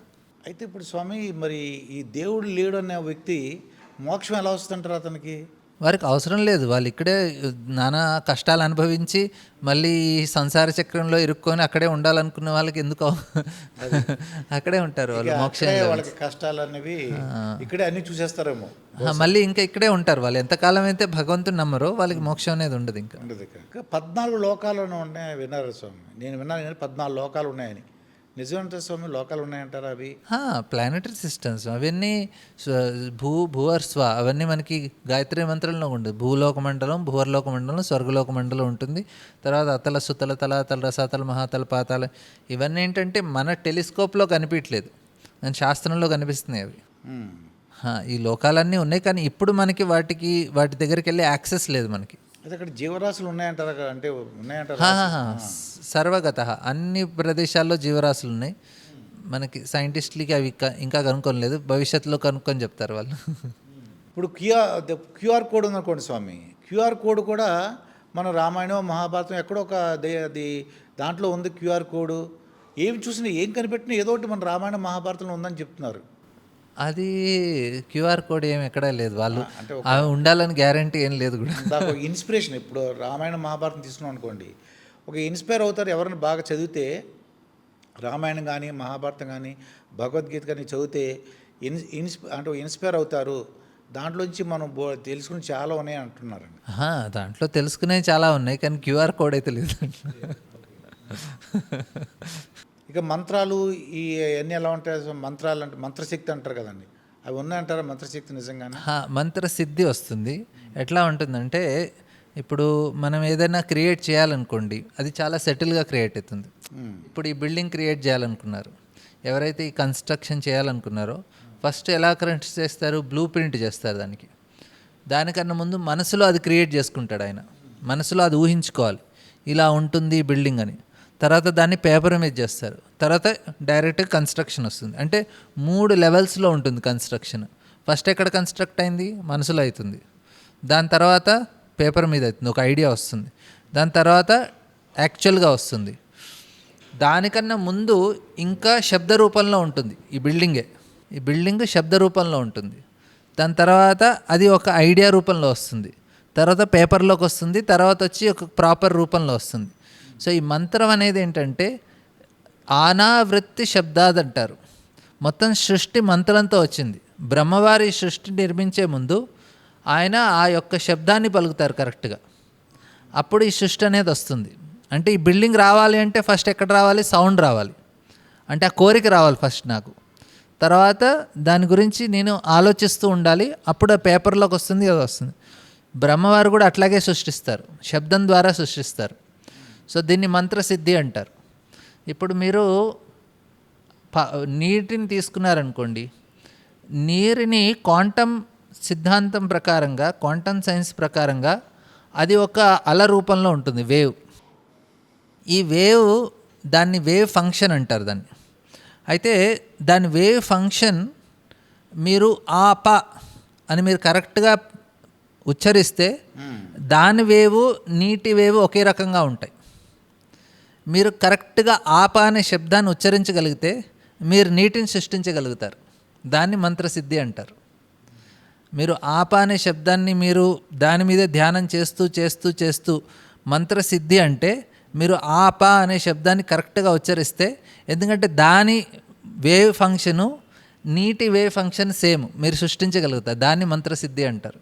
సో బ్రహ్మవారు సృష్టించినప్పుడు ఆయన ఆప అంటే నీరు వచ్చింది, ఆయన ఖమ్ అంటే ఆకాశం వచ్చింది. అంటే ఆయన ఏ ఒక్క పృథ్వీని సృష్టిస్తారు. ఆయన ఖమ్ అన్నప్పుడు పృథ్వీ వస్తుంది, ఆప అంటే నీరు వచ్చింది. సో అలా ఆయన శబ్దం ద్వారా సృష్టించారు ఇవి. సో ఇది మంత్రసిద్ధి అంటే. సో ఎవరైనా ఈ మంత్రసిద్ధిని పొందాలనుకుంటే వారు కరెక్ట్గా దానికి సాధన చేస్తే మీరు కూడా ఆప ఆప ఆప అని కరెక్ట్గా కొన్ని సంవత్సరాల పాటు అంటే మీరు కూడా చేతిలో అలా ఆప అంటే మీ చేతిలో నీళ్ళు వచ్చేస్తాయి. అంటే ఒక్కొక్క వస్తువు ఒక్కొక్క దానికి కూడా అగ్నితో మంత్రంతో మంటలు వచ్చేవి. యజ్ఞకుండంలో మీరు మంత్రం చదువుతూ ఉంటే మీకు ఇప్పుడు కూడా కొన్ని వీడియోలు కనిపిస్తాయి. వాళ్ళు గట్టిగా మంత్రం చదువుతూ ఉంటే అక్కడ గడ్డిని పెడితే దానికి వంట వచ్చేస్తుంది. ఎక్కడి నుంచి వచ్చింది అది? ఎందుకంటే ఆ మంత్రం అగ్ని మంత్రం చదివారు వాళ్ళు కరెక్ట్గా, అందుకే వచ్చింది. ఓకే సార్, దాన్ని మంత్రసిద్ధి అంటారు. మీరు చాగంటి అలాగే గరికపాటి పేరు వినే ఉంటారు. అంటే మీలాగా వాళ్ళు కూడా ఏంటంటే ప్రజల్లో ఒక అంటే దైవభక్తి వచ్చేలాగా, మంచిగా సన్మార్గంలో నడిచేలాగా వాళ్ళు ప్రయత్నంలో ప్రవచనాలు చేస్తున్నారండి. వాళ్ళ గురించి మీ ద్వారా సార్ తెలుసుకోవాలనుకుంటున్నానండి. చాగంటి వారు అలాగే గరికపాటి వారండి. వారు చాలా మంచిగా సనాతన ధర్మాన్ని ప్రచారం చేయడానికి ప్రయత్నిస్తున్నారు. వారు ఏదైతే శాస్త్రం ఉందో వారు చాలా కరెక్ట్గా అర్థం చేసుకొని, ఎందుకంటే ఇప్పుడు చెప్పేవాళ్ళు చాలా తక్కువగా ఉన్నారు శాస్త్రం. మీకు ఆ సోషల్ మీడియాలోకి వెళ్తే ఆ చిల్లర జోకులు అవన్నీ ఉంటాయి. కానీ కరెక్ట్గా శాస్త్రాన్ని చెప్పి దాన్ని పాటించండి. ఎందుకంటే చదివి దాన్ని అర్థం చేసుకొని మనకు అర్థమయ్యే విధంగా చెప్పేవాళ్ళు చాలా తక్కువ మంది ఉన్నారు. సో వీరు చాలా మంచి సర్వీస్ చేస్తున్నారు సమాజానికి. అట్లీస్ట్ జనాలకు ఒక కరెక్ట్ మార్గం అనేది చూపిస్తున్నారు. ఆయన ఈ రకంగా వెళ్ళండి మీకు మంచిది అని. అంటే వాళ్ళ సాక్షాత్కారం ప్రకారంగా వాళ్ళు చెప్తున్నారు. అందరూ వారు చెప్పింది 100% రైట్ అని ఒప్పుకోకపోవచ్చు, కానీ వాళ్ళకి ఏదైతే అనిపించిందో రైట్, వాళ్ళు ఒక సర్వీస్ చేస్తున్నారు సమాజానికి. వాళ్ళు ఒక సేవ చేస్తున్నారు. వాళ్ళకి అందరూ చేయాల్సిన సేవ. యాక్చువల్లీ అందరూ సమాజానికి సేవ చేయాలి. మనకున్న శక్తి సామర్థ్యాలన్నీ ఉపయోగించుకొని సమాజానికి సేవ చేయాలి. సో వారికి ఉన్న శక్తి సామర్థ్యాలు, భగవంతుడిచ్చిన తెలివితేటల్ని వాళ్ళు కరెక్ట్గా ఉపయోగించుకొని సమాజానికి సేవ చేయడానికి ప్రయత్నిస్తున్నారు. వాళ్ళ అభిప్రాయాలు అందరికీ నచ్చకపోవచ్చు, కానీ అట్లీస్ట్ నిస్వార్థంగా అయితే వాళ్ళైతే కష్టపడుతున్నారు. అదైతే నేను ఒప్పుకుంటాను. అదే అంటే నాకు మీద కాకినాడ అనమాట మాది. వాళ్ళిద్దరి గురించి నాకు కొద్దిగా ఐడియా ఉందన్నమాట. వీళ్ళు ఏంటంటే ధారణ అనమాట, చాగంటి వారి ధారణ అంటే శ్లోకాలన్నీ ధారణ చేస్తుంటే అందరూ అట్రాక్ట్ అయిపోతున్నారండి, దాని గురించి తెలుసుకోవాలనుకుంటున్నారు. గరికపాటి వారితో కొత్త వాటిని సృష్టించగలరు ఆయన. అంటే మీకు తెలుసు, ఊరికి నాకు తెలిసిన విషయాలు మీకు చెప్తున్నమాట. నిజంగా వాళ్ళు చేసే విధంగా వాళ్ళు ప్రజల్లో చైతన్యం తీసుకొస్తున్నారు. ఇంకా గురు గోపాల్ దాస్ ఒకరండి, అలాగే మరి రాధా మనోహర్ దాస్, వాళ్ళ మార్గం అసలు ఏంటి, మీరు వాళ్ళ గురించి ఒకసారి మీ ద్వారా వినాలనుకుంటున్నాను సార్. గోపాల్ దాస్ ఆయన నాకు సీనియర్. ఆయన ఆయన హాస్యంగా ఆయన చెప్తుంటే నవ్వులండి ఎంత అట్రాక్టివ్గా మీరు చూసే ఉంటారు. ఆయనలో ఉన్న గొప్పతనం ఏంటి, ఆ శైలి ఏంటి, అలాగే రాధమోహన్ యొక్క ఆయన యొక్క స్టైల్ ఏంటి, స్టైల్ అంటే శైలి. గోపాల్ దాస్ ఆయన నాకు సీనియర్. ఆయన చాలా ఏంటంటే మనకి బేసికల్గా ఒక రిక్వైర్మెంట్ ఉంది సొసైటీలో. ఏం రిక్వైర్మెంట్ ఏంటంటే మనకి ఉన్న సనాతన ధర్మం యొక్క సందేశం ఇప్పుడున్న జనాలకి అర్థమయ్యేటట్టుగా చెప్పగలగాలి. సో, ఆయన దాంట్లో ఆయన చాలా కష్టపడి ప్రయత్నిస్తూ ఆయన ప్రాక్టీస్ చేస్తూ అలా ఇది ఎందుకంటే ఈ విషయాలు చాలా చాలా కాంప్లికేటెడ్గా చాలా కష్టంగా ఉంటాయి జనాలకు అర్థం చేసుకోవటం. కానీ చాలా సరళంగా వాళ్ళ భాషలో వాళ్ళకు అర్థమయ్యే విధంగా ఆయన కష్టపడి చెప్పడానికి ప్రయత్నిస్తున్నారు. సో అది ఆయన స్పెషాలిటీ. దాంట్లో కొంచెం హాస్యం కూడా ఆయన యాడ్ చేస్తారు. సో ఇంకోటి ఏంటంటే ఆయన ఇచ్చిన ప్రిన్సిపల్ నైతిక విలువలు ఏవైతే ఉంటాయో, ఎందుకంటే ప్రెసెంట్గా ఏంటంటే మీరు డైరెక్ట్గా ఆత్మ, పరమాత్మ, మోక్షం అవన్నీ చెప్పారనుకోండి, ఇప్పుడున్న యువతకి, ఇప్పుడున్న కార్పొరేట్ వాళ్ళకి ఏం అర్థం కాదు. కానీ వారికి కొంచెం నైనా ఈ అధార్మికంగా ఉండకుండా ధార్మికంగా జీవించండి అని చెప్పడానికి ఇవి పనిచేస్తాయి. సో ఆయన దానికి చాలా మంచిగా పెద్ద పెద్ద వారందరినీ కూడా మంచిగా హాస్య అంటే వాళ్ళకి అట్రాక్ట్ చేసుకునేలాగా, వాళ్ళకి మనసు హత్తుకునేలాగా, వాళ్ళు మళ్ళీ మళ్ళీ వినేలాగా చెప్తున్నారండి ఆయన. కరెక్ట్. ఇక రాధా మనోహర్ దాస్ కొద్దిగా స్పీడ్గా ఉంటుంటారండి ఆయన, మీరు అబ్జర్వ్ చేసలేదు? ఆయన సనాతన ధర్మాన్ని కాపాడాలని కోరిక ఉంటుంది. కాకపోతే ఏంటంటే కొంచెం కాంట్రవర్సీగా ఆయన కొన్ని విషయాలు మాట్లాడుతుంటారు. అది నేను కూడా యాక్సెప్ట్ చేయను. ఆయన కొన్ని విషయాలు నాకు అనిపిస్తే మనం అంత అగ్రెసివ్గా ఉండకూడదు అనిపిస్తుంది కొన్ని విషయాలు. ఎందుకంటే వేరే వాళ్ళని హర్ట్ చేయకుండా, అఫ్కోర్స్ ఆయన చేసిన ఆయన స్టైల్ ఆయనకుంది. కానీ నా అభిప్రాయం ఏంటంటే ఎవరిని హర్ట్ చేయకుండా మన విషయం చెప్తే బాగుంటుంది అనిపిస్తుంది. స్వామి, మనకు దేవుడు ప్రత్యక్షమయ్యాడు అనుకోండి, ఏం కోరుకుంటే బాగుంటుంది అంటారు? అయితే మనకేంటంటే భగవంతుడు ప్రత్యక్షమైతే ఒక విషయం మనకు గుర్తుండాలి ఏంటంటే, నాకన్నా భగవంతుడు తెలివైన వాడు అనే విషయం తెలుసుకోవాలి ఫస్ట్. అప్పుడు మనకి ఏది బెస్టో ఆయన అడుగుతాం. ఇప్పుడు మనం ఏమనుకుంటామంటే, నేను భగవంతుడి కన్నా తెలివైన వాడిని, ఆయన కొంచెం మతిమరుపు ఉంటుంది, నాకు కావాల్సినవి మళ్ళీ మళ్ళీ వెళ్ళి గుర్తు చేయాల్సి వస్తుంది, భగవంతుడికి చెప్పాల్సి వస్తుంది నాకేం కావాలో అని. కానీ ఆయన మనకన్నా తెలివైన వారు, మనకేం మంచిదో ఆయనకు తెలుసు కాబట్టి ఆయన్ని అడగాలి, నాకేది మంచిదో అది ఇవ్వండి అంటే సరిపోతుంది. అంతే. ఇప్పుడు గుళ్ళోకి వెళ్ళినా కూడా వీళ్ళు కోరికలు, ఏదో డబ్బు కావాలని, ఇల్లు కావాలని, ఏవో కోరికలు కోరతారండి. నిజంగా గుళ్ళోకి వెళ్తే ఏం కోరుకోమంటారు? గుళ్ళో మన గురించే వెళ్తున్నాం, అప్పుడప్పుడు భగవంతుడి గురించి కూడా వెళ్తే మంచిది.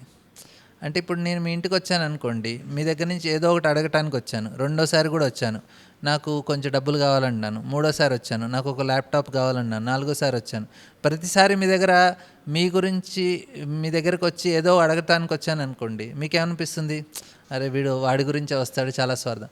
కానీ అప్పుడప్పుడు నేను మీ దగ్గరకు వచ్చి, మీరు మంచిగా భోజనం చేశారా, నా దగ్గర స్వీట్ ఉంది తీసుకోండి, నేను కొన్ని పూలు ఇచ్చాను తీసుకోండి, నేను మీ గురించి వచ్చాను అనుకోండి, మీకు చాలా మంచిగా అనిపిస్తుంది. సో గుడికి మన గురించి కాదు, భగవంతుడి గురించి వెళ్ళాలి.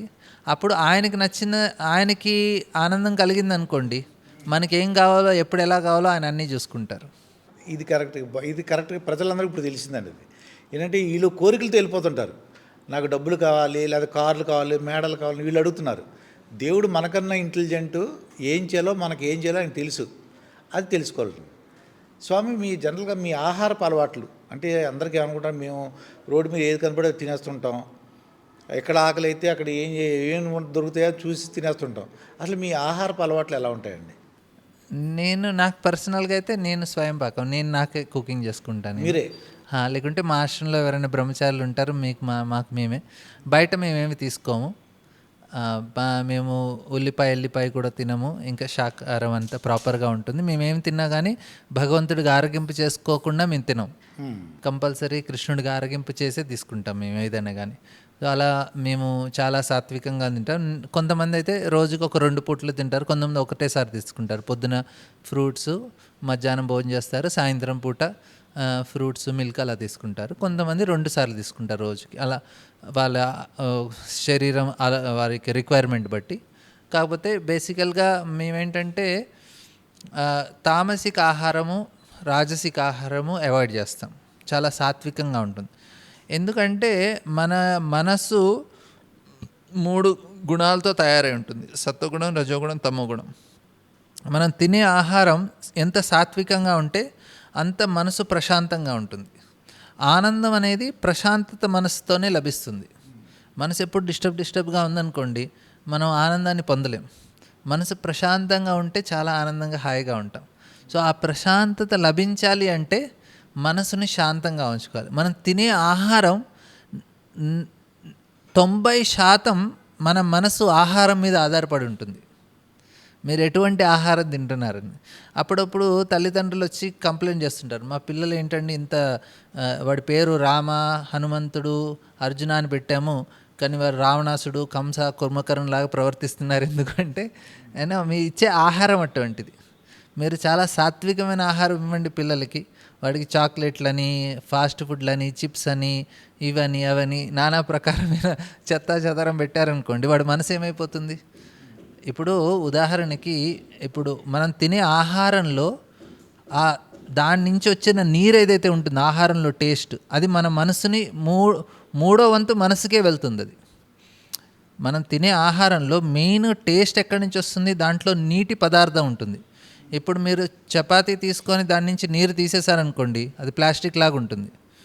నాన్ వెజ్ తింటున్నారు ఎవరైనా, ఆ నాన్ వెజ్లో టేస్ట్ ఎక్కడి నుంచి వస్తుంది? దాంట్లో ఉన్న రక్తం నుంచి వస్తుంది.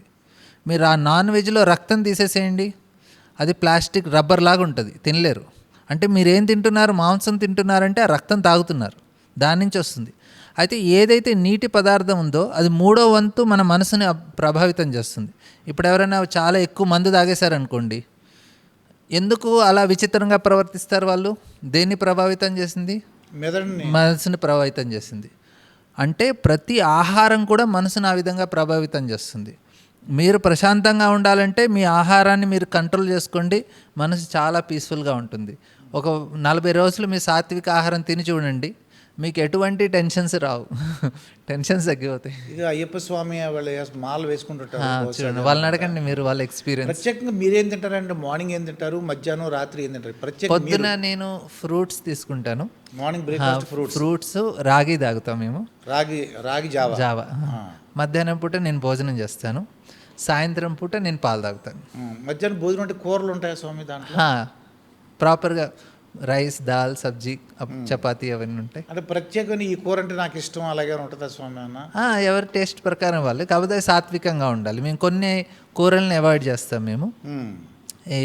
ఇదేంటంటే కొన్ని ఏవైతే చాలా రాజసికంగా ఉంటాయో అవి కొంచెం సాత్వికంగా తయారు చేస్తాం. దుంపలు ఎస్పెషల్లీ ఏమి మీరు అవాయిడ్ చేస్తారండి, తీసుకోరు? అన్నీ క్వాంటిటీ, మినిమం క్వాంటిటీ తీసుకోవచ్చు అన్నీ. ఇప్పుడు ఏదైనా మష్రూమ్స్ ఇట్లాంటివి తీసుకోకూడదు, చాలా తమో గుణం ఆహారం అది తీసుకోకూడదు. కొన్ని ఎల్లిపాయ అవి తీసుకోకూడదు. ఏదైతే తమో గుణం ఉన్నాయో అవి తీసుకోకూడదు. సాత్వికంగా ఉన్నాయి ఏమైనా తీసుకోవచ్చు. సో మరి దినచర్య ఎలా ఉంటుంది? పొద్దున ఎన్ని గంటలు వేస్తారు, మళ్ళీ రాత్రి ఎన్ని గంటలు పడుకుంటారు? దినచర్య మాకు పొద్దున మనకేంటంటే 2 నుంచి 6 సమయం ఏదైతే ఉంటుందో ప్రతి ఒక్కరి జీవితంలో చాలా విలువైన సమయం, అది బ్రహ్మ ముహూర్తం అంటాం. సో ఆ టైంలో లేచి ఏదైతే ఆధ్యాత్మిక ఏ స్కిల్ని అయితే మీరు చాలా బాగా నేర్చుకోవాలనుకుంటున్నారో, పొద్దున 2 o'clock తెల్లారుజామున 2 నుంచి 6 వరకు చాలా ఇంపార్టెంట్ టైం. సో ఆ టైంలో మేమేం చేస్తామంటే మంత్ర ధ్యానం చేస్తాం, ఆ మంత్ర సిద్ధిని పొందటానికి. ఎందుకంటే కానీ ఇంపార్టెంట్ మంత్రం కాబట్టి. సో ఆ టైంలో మేము పొద్దున్నే లేచి మంత్ర జపం చేస్తాం. తర్వాత మేము తర్వాత మాకు ఆరతి ఉంటుంది. ఎందుకంటే పొద్దున్నే లేచి మన వైదిక సంస్కృతి ఏంటంటే గురువులకి, భగవంతుడికి మనం వారిని పూజించాలి.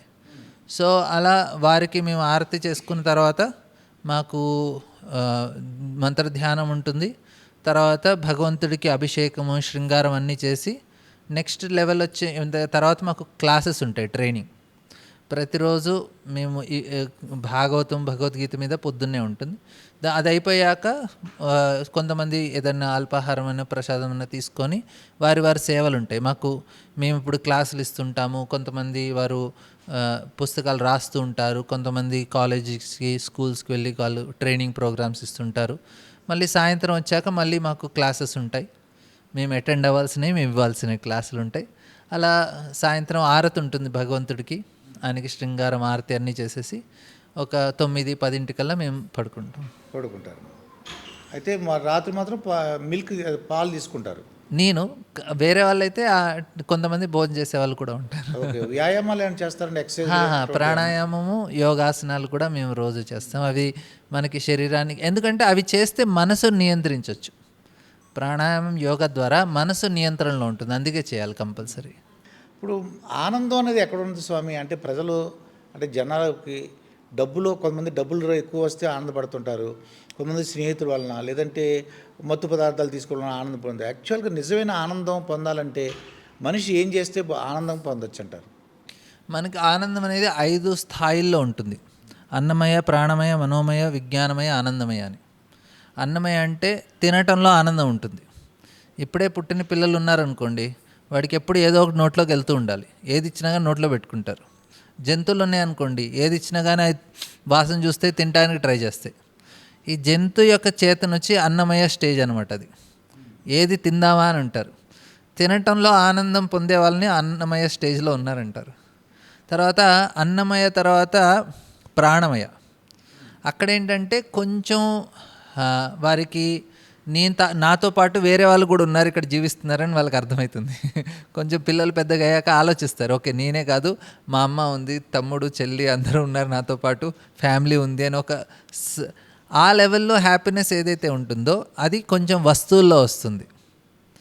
తర్వాత ఈ లెవెల్ హ్యాపీనెస్ ఏంటి అంటే నాకు డబ్బు ఉండాలి, నాకు సౌకర్యాలు ఉండాలి, నేను మంచిగా తినాలి, ఎంజాయ్ చేయాలి, ఆ లెవెల్లో హ్యాపీనెస్ ఉంటుంది. దానికన్నా నెక్స్ట్ లెవెల్ హ్యాపీనెస్ ఏంటంటే రిలేషన్షిప్లో, అరే నాకు భార్య, పిల్లలు, భర్త, నా ఫ్రెండ్స్ ఉండాలి. ఇప్పుడు నాకు ఒక 1000 రూపాయలు ఉన్నాయి, నేను హోటల్కి వెళ్ళి తినొచ్చు, కానీ 2 ఫ్రెండ్స్ని కూడా తీసుకొని వెళ్తా, అరే నా దగ్గర డబ్బులు రాడా పార్టీ ఇస్తానని. అరే నువ్వు ఒక్కడే తింటే 1000 రూపాయలు తినొచ్చు కదా, ముగ్గురిని తీసుకోలేతే నువ్వు 300 తింటావు.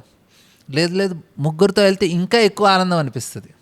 అదే ఆహారం ఒక్కళ్ళు తినటం కన్నా ముగ్గురితో కలిసి తింటే ఎక్కువ ఆనందం వస్తుంది. అంటే ఆయన లెవెల్ ఆఫ్ కాన్షియస్నెస్ ఎక్కువ ఉంది, అందుకే అలాంటి ఆనందం పొందగలుగుతున్నారు. ఒక్కళ్ళు తినటంలో ఒక ఆనందం ఉంది, కలిసి తినటంలో నెక్స్ట్ లెవెల్ హ్యాపీనెస్.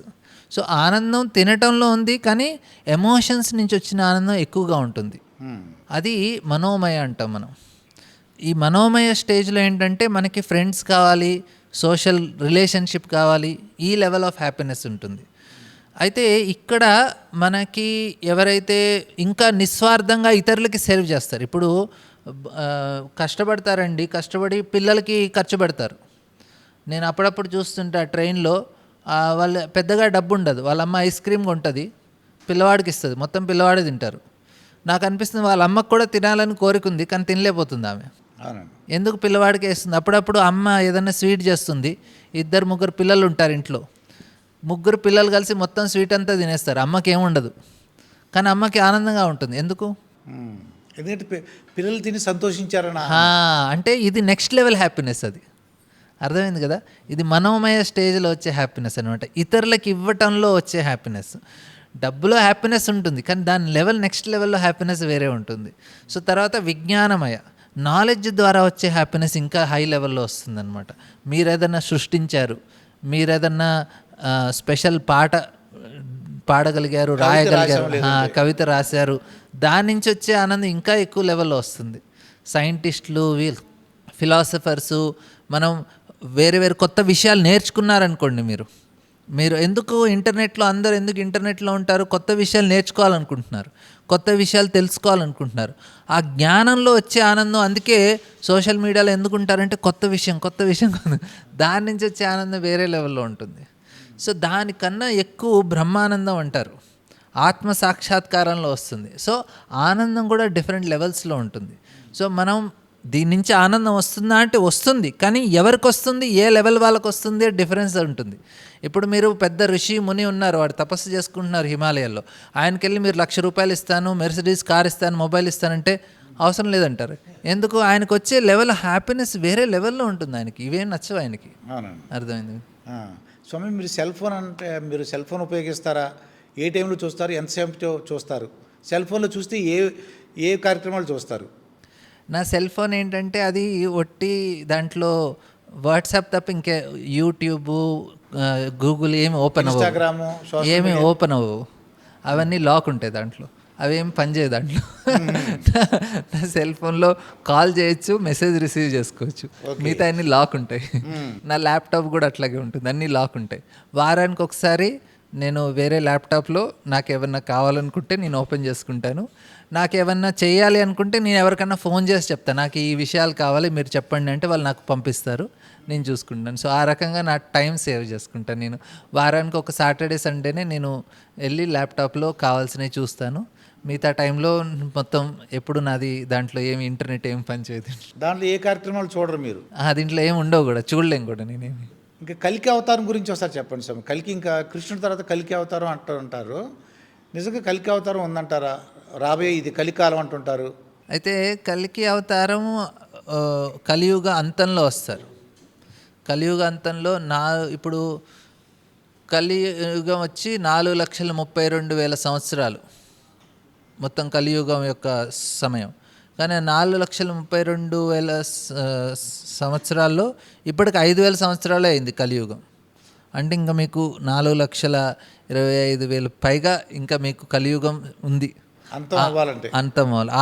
జస్ట్ ఇంకా ఆ సమయం ఎండ్లో ఇంకా 10% ఉంది కలియుగం అన్న సమయంలో అప్పుడు కలికి అవతారం వస్తుంది. సో అప్పుడు దాకా రారు ఆయన.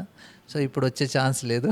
ఆయన ఏ ఊర్లో వస్తున్నారు, వాళ్ళ తండ్రి పేరేంటి, తల్లి పేరేంటో కూడా మనకి శాస్త్రంలో ఉంది. అయితే పిల్లల పెంపకం గురించి ఒకటి చెప్పండి. ఏంటి ఈ రోజుల్లో పూర్వం రోజులు వేరు, ఇప్పుడు టెక్నాలజీ వచ్చేసింది. ఆర్టిఫిషియల్ ఇంటెలిజెన్స్ అంటారు, తర్వాత సోషల్ మీడియా వచ్చింది, సెల్ ఫోన్లు, ఈ కొత్త కొత్త టెక్నాలజీ విపరీతంగా పెరిగిపోయిందండి. ఇప్పుడు అంటే విద్యుత్ ఉపయోగించుకుని కొత్త కొత్త ఇన్స్ట్రుమెంట్స్ వస్తున్నాయండి. ఇవన్నీ కూడా గాడ్గెట్స్ కూడా వస్తున్నాయి. అంటే పిల్లలకు ఇదివరకు పెంపకం ఈజీగా ఉండేదండి. ఇప్పుడు పిల్లల పెంపకం గురించి మీలాంటి వాళ్ళు చెప్తే తల్లిదండ్రులు తెలుసుకుంటారనిపిస్తున్నాను. పిల్లల్ని ఎలా పెంచితే మంచిది? అన్నిటికన్నా ఇంపార్టెంట్ నియమం ఏంటంటే పిల్లల పెంపకంలో తల్లిదండ్రులు పిల్లలకి ఏం చెప్పాలంటే, నైనా జీవితం వాళ్ళు ఇప్పుడు ప్రస్తుతం ఏం చెప్తారంటే పిల్లలకి, ఇప్పుడు కష్టపడిన నాయనా భవిష్యత్తులో మీరు ఎంజాయ్ చేస్తారని చెప్తారు. కానీ తల్లిదండ్రులు ఏం చెప్పాలంటే పిల్లలకి, నైనా జీవితం అనేది బాధ్యత అని చెప్పాలి.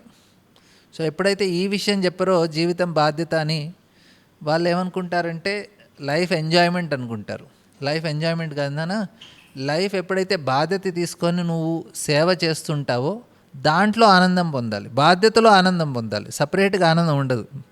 ఇప్పుడు పెళ్ళయి భార్య పిల్లలు ఉన్నారు ఒక వ్యక్తికి, ఆ బాధ్యత తీసుకోవటంలోనే ఆయన ఆనందం పొందాలి.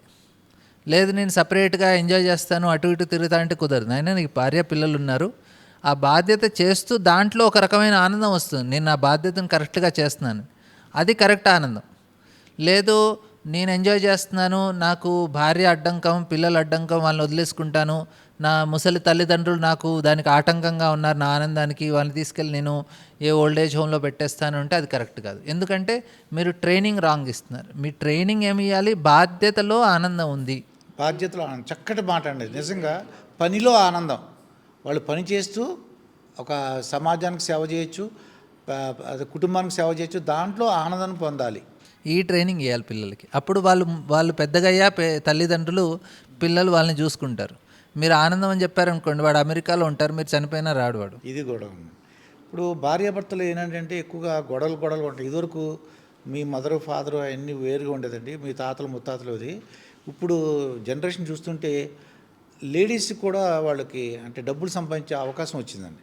ఇదివరకు అవకాశం లేదు. ఇప్పుడు మహిళలకు కూడా మంచి అవకాశాలు ఉన్నాయండి. జెంట్స్ కంటే మహిళలకే ఎక్కువ అవకాశాలు ఉన్నాయండి. దీంతో భార్యాభర్తల బంధం కొద్దిగా ఇబ్బందికరంగా మారింది స్వామి. అది ఎలా? ఇప్పుడు చాలా ఆనందంగా ఉండాలంటే, ఆ భార్యాభర్తల బంధం కొనసాగాలంటే, అంటే మిమ్మల్ని అడగకూడదు, ఏమన్నా కృష్ణతత్వంతో ఏమైనా చెప్తారేమో అని. మేము న్యూట్రల్గా ఉంటాం కాబట్టి మేము ఏమైనా చెప్పచ్చు.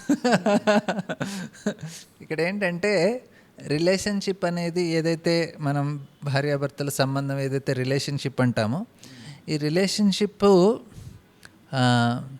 ఎక్స్పెక్టేషన్ లేకపోతే, ఎటువంటి ఎక్స్పెక్టేషన్ లేకుంటే అప్పుడు అది కరెక్ట్గా నడుస్తుంది. ఇప్పుడు ప్రస్తుతం ప్రాబ్లం ఏంటంటే చాలా ఎక్స్పెక్టేషన్స్ ఉంటాయి ఒకళ్ళ మీద ఒకళ్ళకి, ఎక్కువ ఎక్స్పెక్టేషన్స్. ముందు కాలం ఏంటంటే భార్యాభర్తలు ఏంటంటే అది మ్యూచువల్ రెస్పెక్ట్, మ్యూచువల్ సర్వీస్ ఉండేది. నేను భర్తగా ఉన్నాను అంటే నేను భార్యకి నేను బాధ్యత తీసుకోవాలి, ఆమెకి సేవ చేయాలి అని ఆమె పెళ్ళయిందంటే ఆమె అనుకునేది నా బాధ్యత ఏంటంటే ఆయనకి సేవ చేయాలని. ఇప్పుడు ఏంటంటే ఆ సేవాభావం లేదు. ఆ వ్యక్తి నుంచి నాకేమొస్తుంది, ఈయన అనుకుంటారు నాకేమొస్తుంది అని. సో ఒకళ్ళనొకళ్ళ నుంచి ఎక్స్పెక్టేషన్ ఉంది. ముందు కాలంలో ఏంటంటే సర్వీస్ ఉండేది. ఒక్కసారి పెళ్ళైపోయిందంటే ఓకే, నేను వెళ్ళి జీవితం మొత్తం ఈయనకి సేవ చేసుకోవాలి. ఆ వ్యక్తి ఏమనుకునేవాడు, ఓకే ఈమె అన్నీ వదులుకొని నా దగ్గరికి వచ్చింది కాబట్టి జీవితాంతం మొత్తం ఏదైనా కానీ నేను ఆమెని జాగ్రత్తగా చూసుకోవాలి. సో ఈ యొక్క మనస్తత్వం ఇప్పుడు మారిపోయింది. ఇప్పుడు ఏంటంటే ఎక్స్పెక్టేషన్స్ ఉన్నాయి. ఒక అగ్రిమెంట్ ఉంటుందన్నమాట, నువ్వు ఇది చేయి నాకు, నేను ఇది చేస్తాను, ఫ్రెండ్గా ఉందాము, నడిస్తే నడిచింది లేకుంటే వదిలేద్దాం. సో ఈ ఈ యొక్క మైండ్ సెట్ ఉంది ఇప్పుడు. అఫ్కోర్స్ నేను కంప్లీట్గా వాళ్ళు రాంగ్ అనట్లేదు, రాంగ్ అని చెప్పట్లేదు. ఎందుకంటే ప్రస్తుత సిచ్యువేషన్స్ కూడా అట్లా ఉన్నాయి. ఎవరికి ట్రైనింగ్ లేదు కరెక్ట్గా, బాయ్స్కి ట్రైనింగ్ లేదు, గర్ల్స్కి ట్రైనింగ్ లేదు. కానీ రిలేషన్షిప్ ఉండాలి అంటే ఇప్పుడు నేను వాళ్ళకి ఏదైనా సలహా ఇవ్వాలి అనుకుంటే నేను ఒకటే చెప్తా, నైనా మీరు ఎక్స్పెక్టేషన్స్ తక్కువగా పెట్టుకోండి. రిలేషన్షిప్లో మనకి అన్నిటికన్నా ఇంపార్టెంట్ ఏంటంటే ఒకళ్ళ మీద ఒకళ్ళకి ఒక విశ్వాసం అంటూ ఉండాలి. So we have to develop that faith. Expectations ఎంత తక్కువగా ఉంటే అంత స్ట్రాంగ్గా ఉంటుంది రిలేషన్షిప్. అంటే నేను టీచింగ్ ప్రొఫెషన్ నుంచి ఈ ఫీల్డ్లోకి వచ్చాను స్వామి. మన లైఫ్ ఈజీగా ఉండాలంటే, మన బంధం ఈజీగా ఉండాలంటే ఈఎస్ అని పెట్టా. అంటే ఒకటి ఎక్స్పెక్టేషన్స్ ఉండకూడదు, సాటిస్ఫాక్షన్ ఉండాలి. మీరు అన్నట్టు మీరు చెప్పిందే, నేను ఈజీగా ఉంటాను ఏంటంటే ఎక్స్పెక్టేషన్. మీరు ఏది అవతల వాళ్ళ నుంచి నా స్వామీజీ నాకు ఇది కావాలని మనం ఆశించకూడదు, ఉన్నదాంతో సంతృప్తి చెందాలి. దీంతో నేను అలా అనుకున్నాను స్వామిది. అయితే ఇప్పుడు ఏంటంటే జనాలు చాలా అంబిషియస్గా ఉంటారు, అంటే నేను ఏదన్నా సాధించాలి జీవితంలోని. ఇప్పుడు నేను సంతృప్తిగా ఉండాలి అనుకుంటే అంబిషన్ లేదనుకుంటారు. ఇప్పుడు ఉన్నదాంతో సంతృప్తి చెప్తే డెవలప్మెంట్ ఏముంటుంది? డెవలప్మెంట్ ఉండాలి అంటే నేను ఉన్నదాంతో సంతృప్తి లేకపోతేనే కదా మనం డెవలప్ చేసేది. ఒక దేశం డెవలప్ అవ్వాలి అంటే జనాలు అసంతృప్తిగా ఉంటే అక్కడ డెవలప్ అవుతుందంటారు. అయితే దీంట్లో ఒక 2 కేటగిరీస్ ఉంటాయి. ఒకటి ఏంటంటే పర్సనల్ లెవెల్లో మనకు ఒక సంతృప్తి అంటూ ఉండాలి, ఫ్యామిలీ దగ్గర, పిల్లల దగ్గర. అక్కడ మనం అసంతృప్తిగా ఉండకూడదు. బయట మనం అసంతృప్తిగా ఎంత మనం ట్రై చేసినా ప్రాబ్లం ఉండదు. ఇంటికి వచ్చాక సంతృప్తి ఉండాలి మనకి. అక్కడ అసంతృప్తి ఉంటే అప్పుడు ప్రాబ్లం అయిపోతుంది. జనాలు ఇప్పుడు ఏంటంటే అక్కడ లేకపోవటం వల్ల వాళ్ళు వేరే వేరే చెడు అలవాట్లకి, చెడు పనులకి వాళ్ళు బానిసలు అయిపోతున్నారు. సో సంతృప్తి అనేది ఫ్యామిలీ లెవెల్లో ఉండాలి. అప్పుడు కెరియర్ లెవెల్లో మీరు ఎంత అంబిషియస్గా ఉన్నా ప్రాబ్లం ఉండదు. ఇంటికి వెళ్ళాక మీరు ఓకే, పెద్ద పెద్ద రాజులు రాజ్యాల్ని పాలించేవారు, ఆక్రమించుకునేవారు, యుద్ధాలు చేసేవారు, అన్నీ చేశారు వాళ్ళు. కానీ ఇంటికి వెళ్ళాక వారు హ్యాపీగా ఉండేవారు. సో అందరూ అలా ఉండాలి. స్వామి, కోపం ఒకటి ఉందండి. కోపం ఎక్కువగా ఏంటంటే అయితే భార్యాభర్తల మధ్య కోపాలు ఉంటాయి, పిల్లలు తల్లిదండ్రులు, లేకపోతే మన చుట్టాలు. అలా కోపంని ఎలా కంట్రోల్ చేసుకోవాలంటారు? ఏమైనా మార్గం ఉందా, లేకపోతే కోపం ఉంటే కోపం ప్రదర్శించడమేనా? లేదు, కోపం ఎందుకు వస్తుంది అంటే మనం మన ప్రకారంగా అవ్వాలి అనుకుంటాం అన్ని పనులు. అది మనం మన మన మన మనసులో అనుకుంటాం, అది జరగట్లేదని చెప్పేసి కోపం వస్తుంది మనకి. వాళ్ళు మన ఎక్స్పెక్టేషన్ ప్రకారంగా వాళ్ళు చేయట్లేదు, నేను అనుకున్నట్టు కావట్లేదు, నేను చెప్పింది వినట్లేదు. అయితే మనం ఈ డూవర్షిప్ మెంటాలిటీ ఏదైతే ఉంటుందో ఆ మెంటాలిటీని మనం విడిచిపెట్టాలి. అరే నా ప్రకారంగా అవ్వకపోయినా ఏం నష్టం లేదు, ఎందుకంటే ఎవరి ప్రకారంగా అవ్వదు. ఇక్కడ అందరు తెలుసుకోవాల్సింది ఒక విషయం ఏంటంటే, శాస్త్రంలో భగవంతుడు ఏమంటున్నారంటే అన్నీ నేను అనుకున్నట్టుగా అవుతుంది అంటున్నారు ఆయన. అయితే నా భార్య కొంతమంది కంప్లైంట్ అంటే అన్నీ ఆమె చెప్పినట్టే అవ్వాలి, కొంతమంది అన్నీ ఆయన చెప్పినట్టే అవ్వాలి, అందరూ నా కొడుకు చెప్పినట్టే, నా తల్లి చెప్పినట్టే. లేదు నాన్న, ఎవరు చెప్పినట్టు అవ్వదు. ఇక్కడ భగవంతుడు అనుకున్నట్టుగానే అవుతాయి. వాళ్ళు చెప్పినట్టుగా అనిపిస్తుంది నీకు అంతే, అందుకే ఊరికే నీకు కోపం వస్తుంది. అల్టిమేట్గా అర్థం చేసుకోవాల్సింది ఏంటంటే నీ ప్రకారం కావట్లేదు, వీడి ప్రకారం కావట్లేదు, నా ప్రకారం కావట్లేదు, అంతా భగవంతుడి ప్రకారంగా అవుతుంది. నీ మనసు కొంచెం కామ్గా ఉంచుకో, కోపం రాదు. కోపం లేకుండా ఉండాలంటే ముందు మనం ఆ యొక్క జ్ఞానం ఉండాలి, కొంచెం అజ్ఞానంలోనే కోపం వస్తుంది. అది కోరిక తీరకపోతే కోపం వస్తుంది. మనం అనుకున్నట్టు జరగట్లేదు అన్న దాని నుంచి బయటకు రావాలి.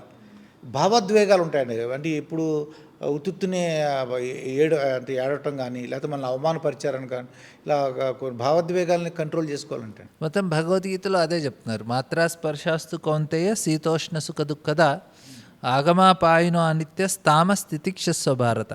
ఈ మొత్తం 700 శ్లోకాల్లో 70 శ్లోకాల్లో కృష్ణుడు ఈ విషయమే చెప్తారు. అన్న భావోద్వేగాల్ని నియంత్రించుకో అనే విషయాన్నే మొత్తం భగవద్గీత ట్రైనింగే కృష్ణుడు దానికే ఇస్తున్నారు ఎప్పుడు. ఎందుకంటే నాకు నచ్చింది నాకు నచ్చలేదనే స్టేట్లోనే ఉంటారు జనాలు. అది పాపంతో కూడిన జీవితం. అది పాపరహిత జీవితం అంటే నాకు నచ్చినా నచ్చకపోయినా, నా భావాలకి అనుగుణంగా ఉన్నా లేకపోయినా, ఏది కరెక్ట్ విషయమో ఆ రకంగా జీవించటం నేర్చుకోవాలి. సో అది సరైన జీవితం. అర్జునుడు చాలా భావోద్వేగంతో ఆయన కంట్లో నీళ్లు పెట్టుకొని, చేతులు వణుకుతున్నాయి, ఆయనకి ఎంట్రుకలు నిక్కరపరుచుకున్నాయి, ఆయన కంఠం గడ్గదా ఉంది, ఇంత ఎమోషనల్గా ఉండిపోయారు. ఆయన యుద్ధం చేయాలన్నారు. కృష్ణుడు మొత్తం ఆ జ్ఞానాన్ని బోధించి ఆ ఎమోషనల్ స్టేట్ నుంచి ఆయన బయటకు తీసుకొచ్చారు. స్వామి ఫైనల్గా కృష్ణతత్వం ఒక్కసారి సింపుల్గా మీ యొక్క భాషలో అందరికీ అర్థమయ్యేలాగా కృష్ణతత్వం ఒకసారి చెప్పండి స్వామి. మనకేంటంటే మమైవాంశో జీవలోకే, మనందరం భగవంతుడి యొక్క అంశాలు. భగవంతుడు ఏంటంటే మనకి పితాహమస్య జగతో మాతా ధాతా పితామహ, ఆయన మనకి తల్లి తండ్రి. ఎప్పుడైతే పిల్లలు తల్లిదండ్రుల నుంచి దూరంగా ఉన్నప్పుడు అనాథలుగా ఉంటారు. మళ్ళీ ఆయనతో కలుసుకుంటే సనాతన జీవితం. సో మనకు కావాల్సింది సనాతన జీవితం, సో అనాథ జీవితం కాదు. సో కృష్ణతత్వం ఏంటంటే కృష్ణుడి యొక్క మెయిన్ అభిప్రాయం మనం ఆయనతో కలిసి ఆయనతో పాటు ఉండి ఆనందంగా ఉండటం. అది మనం విడిచిపెట్టి మనం స్వతంత్రంగా ఇక్కడ జీవిస్తే అది మనం అనాథులుగా ఉన్నాము, అందుకే మనం బాధలో ఉన్నాం. మళ్ళీ తిరిగి భగవంతుడితో మన కనెక్షన్ ఉంటే మనం హ్యాపీగా ఆనందంగా ఉండొచ్చు. చాలా మంచి విషయాలు మా కళారాజ్ మీడియాకి చెప్పారండి. చాలా చాలా సంతోషంగా ఉంది. మీరు మళ్ళీ రావాలి, మంచి ప్రోగ్రామ్స్ ప్రజలకు ఉపయోగపడే చేయాలని కోరుకుంటున్నాను స్వామి. ఇదండి రాధా ప్రమోద్ దాస్తో జరిగిన ఇంటర్వ్యూ. మరొక ఇంటర్వ్యూతో మీ ముందుంటాను. మీ మాస్టర్ దుర్గా ప్రసాద్. హరే కృష్ణ. హరే కృష్ణ.